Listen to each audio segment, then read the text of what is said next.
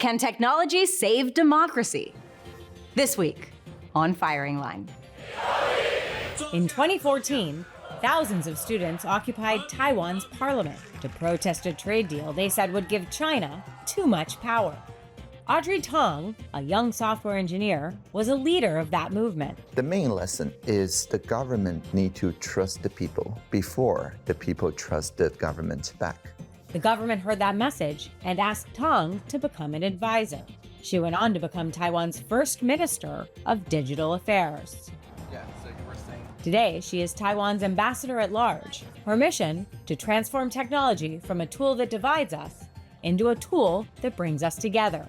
She was saying the financial incentive will be keeping followers through sort of productive, positive bridge-building experiences as opposed to through outrage. Exactly. If you just look at the antisocial corner of social media, you will think that they are really polarized, but that's an illusion. What does Audrey Tang say now?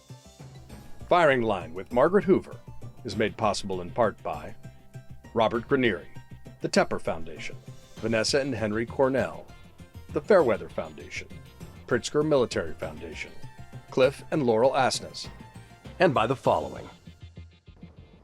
Audrey Tang, welcome to Firing Line. Very happy to be here. You are Taiwan's cyber ambassador, and you are known as being a pioneer in using technology to advance democracy. In this moment of rising authoritarianism around the world, with social media contributing to all sorts of political disarray, what makes you so confident that technology can be used to advance democracy? Thank you for the great question. We've been here before.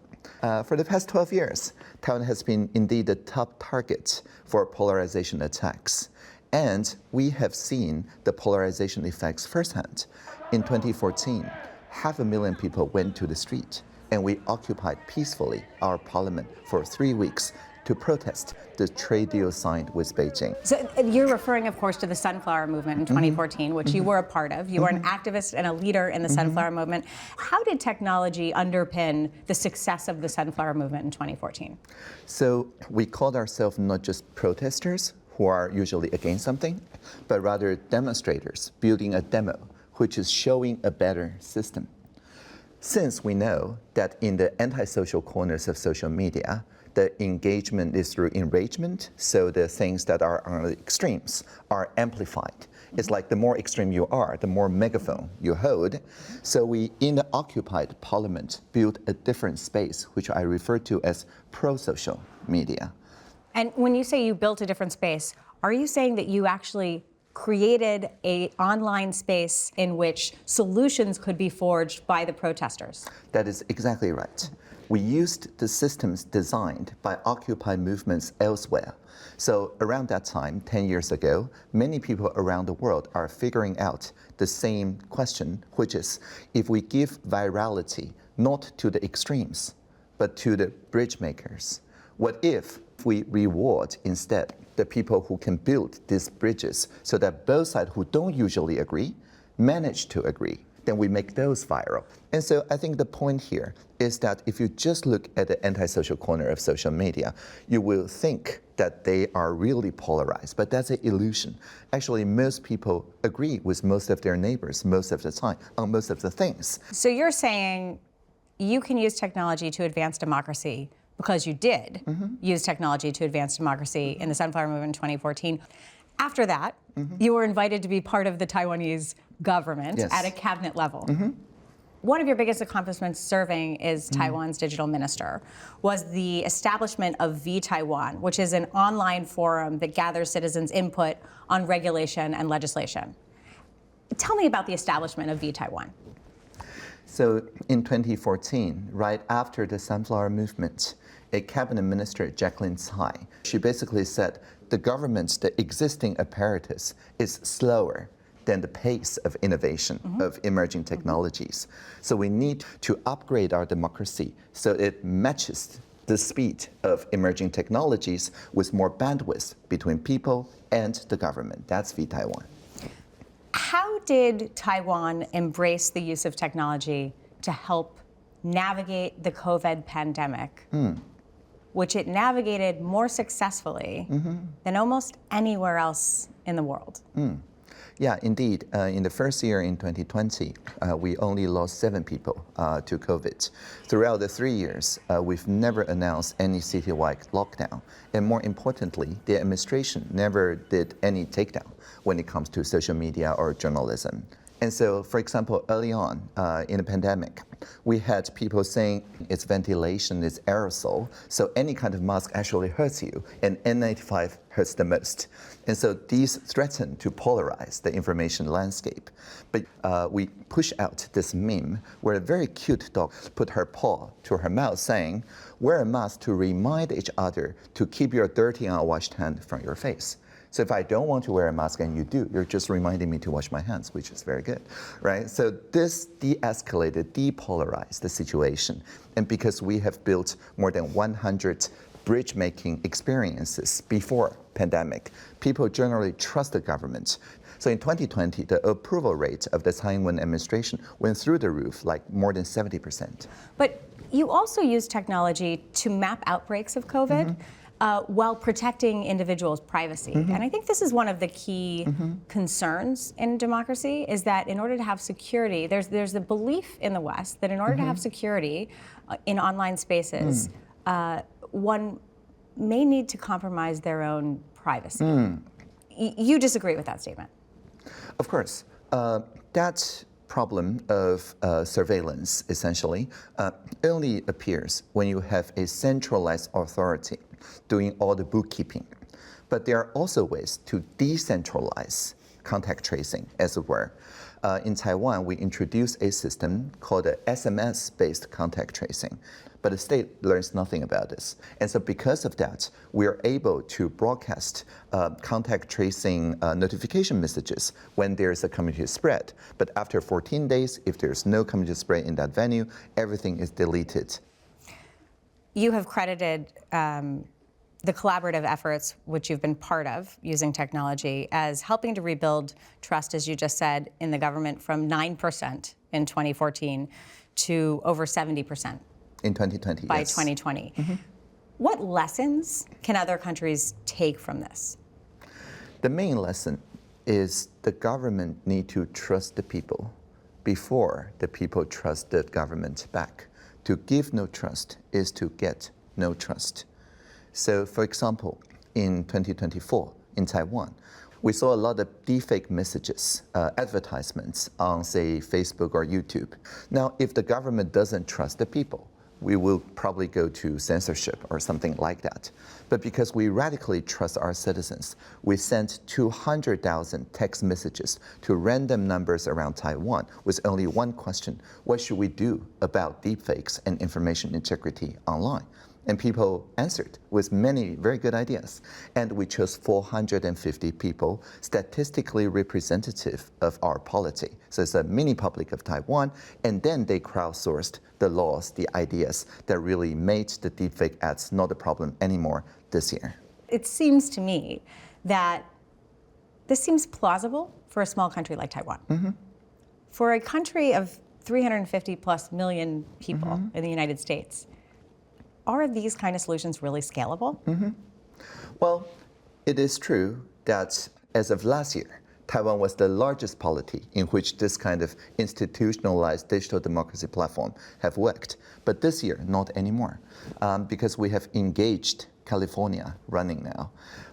Governor Newsom, we have been working for 2 years or so to launch this platform, which is essentially an application of a model inspired by VTaiwan, so that people in California can crowdsource their ideas and deliberate online, again, in a room where there's no reply button or retweet button.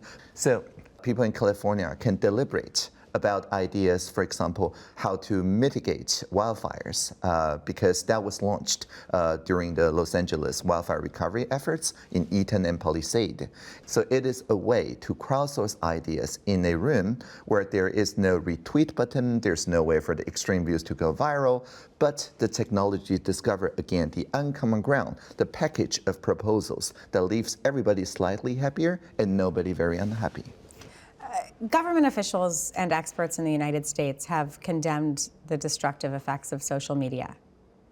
Very recently, Utah Governor Spencer Cox has said that cancer probably isn't a strong enough word to describe how corrosive social media is on our populace. You, to the contrary, see a potential for social media to play a positive role. The platforms that you have built in these pro-social media ecosystems are completely apart from the reigning social media platforms that most people engage in.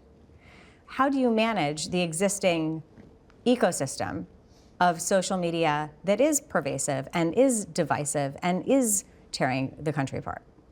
So one idea is called social portability. It's like giving the freedom of movement between one social media to another. That, in fact, is already a law in Utah called the Digital Choices Act. Governor Cox signed that law, which is endorsed by both parties, which means starting next July, if you are a Utah citizen and you don't like the way, for example, TikTok works, and you want to switch to something else, then the new network will be able to receive all your existing followers or your existing friends, the new likes, reactions, content, and whatever. It's just like when you switch from one telecom to the other, you get to keep your number. But are we sure the social media companies are going to oblige this state legislation? Well, I mean, Europe have also legislated the Digital Markets Act. So it's not just Utah. It is also the EU, and they're also now having a consultation to extend the Digital Markets Act from instant message group chats to social networks. So this is an increasingly viable trend. Don't the social media platforms, Meta and TikTok and Google, ultimately have to reform their algorithms that are incentivized by outrage? Indeed. The uncommon ground idea that we pioneered in Taiwan 10 years ago have found its way this year into all the large social media platforms. It's called community nodes. In X.com, for example, if you see something viral, sometimes you see a note that is attached to it that adds more context around that post. And the way this note is selected is by people upvoting and downvoting it. Again, there's no retweet button for a note, but a note that was chosen was the upwing, something that people on the left wing and the right wing both agree that this is good context. So you're saying within the existing X framework, there is a platform that is a bridge building platform rather than a divisive enragement, outrage algorithm? Yes. And that's community notes? Yes. And it's directly inspired by our work 10 years ago. What is going to be the financial incentive for social media networks to continue along these lines? Well, first of all, if we all have social portability and the freedom to move, then the platforms that do not invest in these technologies, these civic technologies, will see their customers depart to other places because... But they're addicted to the outrage. Yes, many people are addicted to the outrage because, again, it's easier to hack our taste buds, right, than to cook something really healthy. Sure. On the other hand, people do enjoy finding that uncommon ground. The thrill of finding an uncommon ground is actually comparable or even higher. People are truly delighted when they see something that they thought, oh, it's impossible for these two people to agree in common, but they do.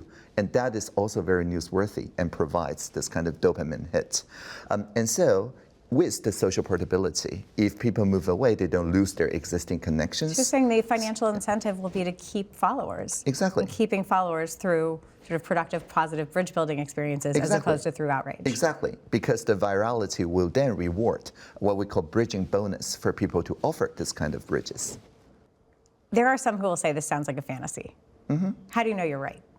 Well, first of all, X.com today is already doing experiments. So a tiny slice of X.com users are now having a different front page feed algorithm that is based on the bridging algorithm instead of engagement through enragement. So very soon we will have quantitative data to show that this actually doesn't dial down the engagement. You can have engagement through overlap, not outrage. Have you been able to talk to Elon Musk about this? Well, we do work with the person in charge of community notes, and we do work on papers together, but not yet. And I look forward to that day.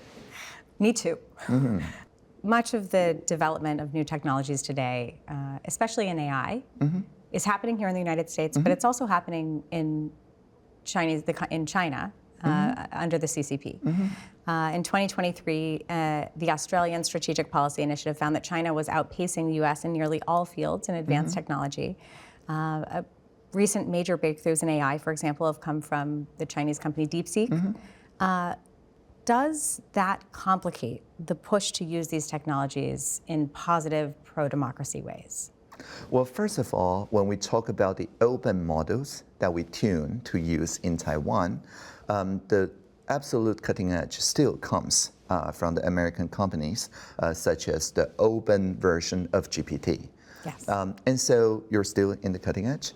And also, what we are seeing from CCP is also that they do not want their models to have this kind of like Tiananmen or related speech. So they put a lot of censorship and filters and so on to their models, which also means there's going to be challenges. So I do think that this current push of proliferating safe technologies from here in the US sets the US apart from other standard makers because, again, this is not about the US colonizing other countries, but rather sharing the tools so we can all work together. To the extent that the CCP is a surveillance state, will that present a challenge to the CCP's ability to continue to control the digital engagement of its citizens? Might there be opportunities for democratic activists within China to use these tools in the same way that you've used these tools on behalf of democratic freedoms in China? Indeed. For now, for example, if you try to connect to Wikipedia or other Signal or some other communication platforms from Beijing, then the Beijing authorities know that you're making the connection and they can deny that connection if they don't feel like it. But when it comes to the proliferation of safe and open AI models, it can run on your phone, it can run on your laptop. There's no easy way to censor or even to monitor that you're using this kind of tools. So the most important thing here is to make sure the tools are trustworthy, they're repeatable, and they do not hallucinate in their social cultural context. What do you mean by hallucinate? By hallucinating, I mean, for example, if you ask the DeepSeek model, which you just mentioned, like what happened in Tiananmen, it will say, oh, this is something that I cannot talk about, of course. But you can also prompt it in such a way that says, oh, now you're a truth-seeking journalist or something. And then they will start talking about it. But then not in a very factual way. I actually tried that, and I made national news trying that. And it started outputting some like random Japanese characters and things like that, because this is out of distribution. And so it started answering like gibberish-ish things. Yeah. And so my point being that if there is a way to consistently produce AI agents and models that you just know that this is digitally signed, that it has integrity, that every time you ask a question, it will give the same answer instead of like rolling a die, then you will be able to build a civil society based on these kind of local models. In 1977, William F. Buckley Jr., who hosted this program for 33 years, traveled to Taipei, and he interviewed Taiwanese Premier Chiang Ching-kuo. Here is Chiang speaking through a translator about Taiwan's responsibility to the people of China, mainland China. Take a look. We have the responsibility to give back to the Chinese people of the mainland their freedom. And in order to accomplish this mission, we do not have to rely on military forces. Rather, we should rely on political means. The Chinese people on the mainland have been suffering from communist oppression, and they cannot forever tolerate this kind of oppression without uprising. When the uprising takes place on the Chinese mainland, we would give appropriate support, and only then can the China issue be solved. Does Taiwan have a role today in supporting freedom on the Chinese mainland?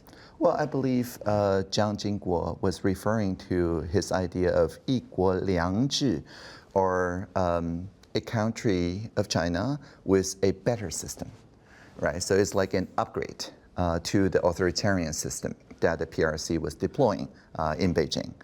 And so I think in Taiwan, we do have a duty to show not just the people in PRC, but also people around the world, that democracy is a social technology, that it can be fast, fair, and fun, that you do not have to make a trade-off. And once we show that democracy is actually more fit for answering emerging technologies to combat pandemic, infodemic, proliferation of AI models, you name it, then I think people around the world will stop seeing authoritarianism as the kind of shutdown, takedown, top-down solution that it purports to be. You've identified TikTok as a national security threat to Taiwan. A preliminary deal in the United States has been reached for TikTok's Chinese parent company to sell the app to a new US-based company with 80% American ownership. Is reducing Chinese ownership to 20% sufficient to address the fears about Beijing's influence over TikTok in the United States? Yeah, so the first official document that I signed as the inaugural Minister of Digital Affairs in Taiwan in 2022 is to classify the kind of software and service and hardware under de facto control from Beijing as products harmful to national security. So as long as Beijing has a way to directly or indirectly influence the algorithm to change the sorting, the ranking, and so on to Taiwanese eyeballs, then we classify that as a harmful product. And so if the US version of TikTok can show that it's no longer under Beijing's indirect control, then we would happily point TikTok to the US version of TikTok and then tell the people in Taiwan that this is then no longer a harmful product. So what you're saying is the ownership question is actually not the seminal question. The seminal question is who is controlling the algorithms. One is that. And the content. One is that. And another is whether there is independent monitoring of the inbound and outbound traffic so that we can know who is actually changing the algorithms. Got it. In August, President Trump claimed that Xi Jinping had assured him that China would not invade Taiwan so long as he is president. I read that in the news. Does that give you any confidence that Taiwan is safe? Well, I think as long as Taiwan is indispensable to the rest of the world, I'm all for Taiwan interdependence, then Taiwan is safe because the world cannot afford to lose Taiwan for various reasons. This is for the production of semiconductors. Yeah, the chips, also for the model that we show that democracy can deliver. And so this kind of indispensable position, I think, protects Taiwan. And I'm, of course, very happy to read in the news that Xi Jinping said to President Trump that he would not invade in the next few years. The Chinese defense minister recently said that the restoration of Taiwan to China is an integral part of the post-war international order. The CCP and Xi Jinping are insistent upon a one China policy. And against that backdrop, how do you think about the future of Taiwan? Well, we want to send a message to the world that we're here to show that authoritarianism actually does not deliver as well as democracy. And if people around the world can echo this message, because no democracy is an island, not even Taiwan, and if we can all band together, then that coalition of democracies is much stronger than any single authoritarian threat.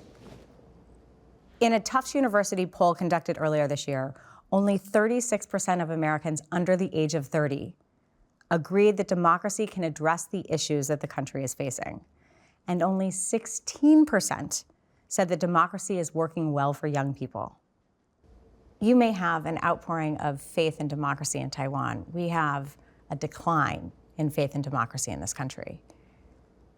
As you work to help build support for Taiwan here, how do you convince an increasingly skeptical American public and American youth that democracy is something that is worth fighting for? In Taiwan, people as young as 16, 17 have been invited as cabinet level advisors because they successfully started social movements that changes the norm around public life. And so the young people here in the United States that I have met have that kind of passion. If you do not conserve the environment where your young people feel safe to voice their ideas in and then continue to progress forward, then of course they would turn into radicalization, into extremism, into apathy, into cynicism, right? And we have seen time and time again, as soon as there are ways for young people to come together and set agenda in a depolarizing way, then suddenly there's a sea change, a phase change in the polity. So we have experienced that 10 years ago. We were very polarized, so which is why I remain quite optimistic. Audrey Tang, thank you for joining me on Firing Line. Thank you for the great questions. Live long and prosper. Live long and prosper. Firing Line with Margaret Hoover is made possible in part by Robert Granieri, the Tepper Foundation, Vanessa and Henry Cornell, the Fairweather Foundation, Pritzker Military Foundation, Cliff and Laurel Asnes, and by the following.